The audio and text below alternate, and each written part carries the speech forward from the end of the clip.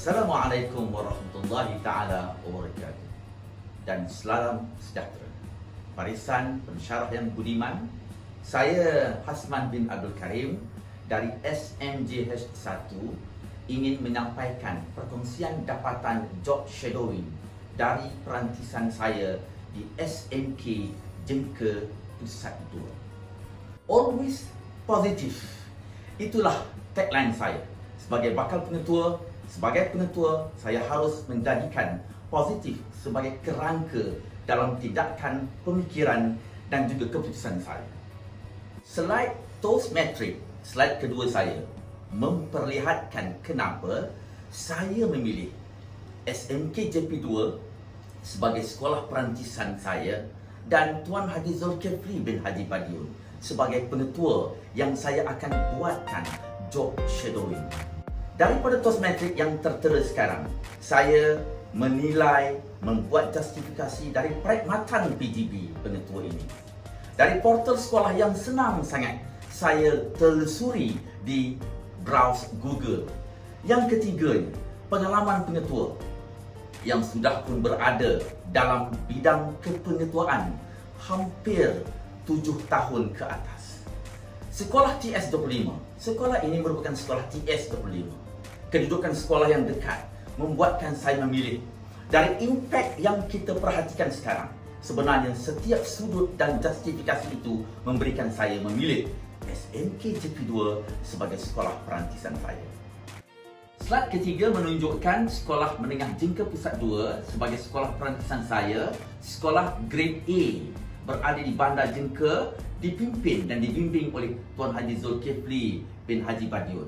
Diapit oleh ketiga-tiga SLT-nya, Puan Sharifah binti Ghazali, Puan Maria binti Muhammad dan Encik Latif bin Omar. Sekolah ini sekolah grade A dengan kapasiti muridnya, enrollmentnya seramai 542 dan barisan gurunya seramai 49 orang. Sekolah sesi pagi. Dalam LMMU yang pertama Sabciri bertindak secara beretika, dilihat pengetua ini menguruskan sekolahnya dengan penuh tertib dan tersusun. Carta log tugasan harian dan juga buku pengurusan dikepilkan sekali dengan segala peraturan tentang surat-surat siaran perkhidmatan, surat berkeliling dan segala yang berkaitan dengan perundangan. Dalam LMMU yang kedua, berkomunikasi berkesan, pengetua ini dilihat menggunakan medsos Telegram dengan baik dan tersusun. Ada Telegram formal untuk guru dan juga muafakat ibu bapa. Ada juga Telegram group yang berbentuk santai. Komunikasi mereka cukup berkesan dilakukan. Di sekolahnya juga ada student voice dan ada juga teacher's voice. Inilah saluran untuk pengetua melihat bagaimana anak-anak buahnya dan subordinatnya bertindak dan membuat keputusan. Keputusannya tetap di tangan beliau, tetapi dalam apa juga keadaan pun beliau memberikan segala saluran komunikasi ini agar dapat mentadbir sekolah dengan baik dan tersusun. LMMU yang ketiga dilihat dari Sabciri membuat refleksi. Pengetua ini saya dapati dari shadowing-nya, menunjukkan dia sentiasa senada dalam membuat konsensus secara bersama dengan GPK-nya atau SLT.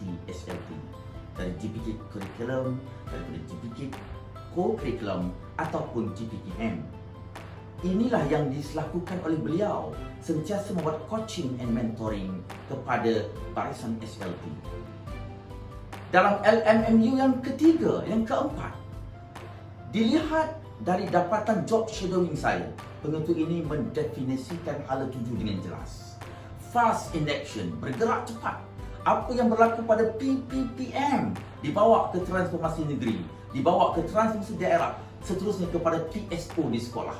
Follow up dan follow through serta follow back dilakukan pada setiap engagement yang dilakukan kepada semua AKP dan guru-guru. Dapatan refleksi daripada apa yang saya dapat dari job shadowing.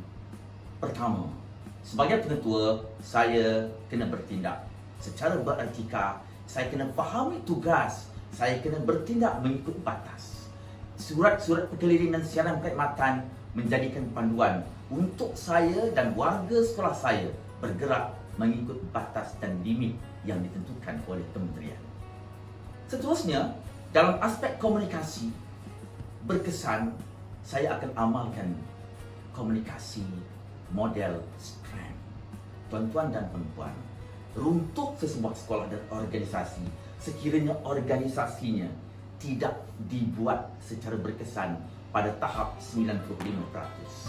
SKKSM Standard 1 memimpin pengurusan organisasi dan SKPMG2 sebagai peneraju visi dan misi akan saya tampilkan di dalam pentadbiran dan di dalam pimpinan saya kepada seluruh guru-guru di bawah takdiran saya.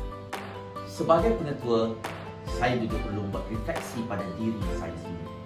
Saya akan lakukan dialog prestasikan diri saya dengan instrumen yang ada di SKKSM dan SKPMG2 akan saya telusuri satu persatu agar bidang kerja saya dan urusan takbir saya sentiasa mengikut standard dan tools instrumen yang digalak dan digariskan oleh Kementerian Negara. Akhirnya, saya akan sentiasa bersama dengan warga sekolah saya.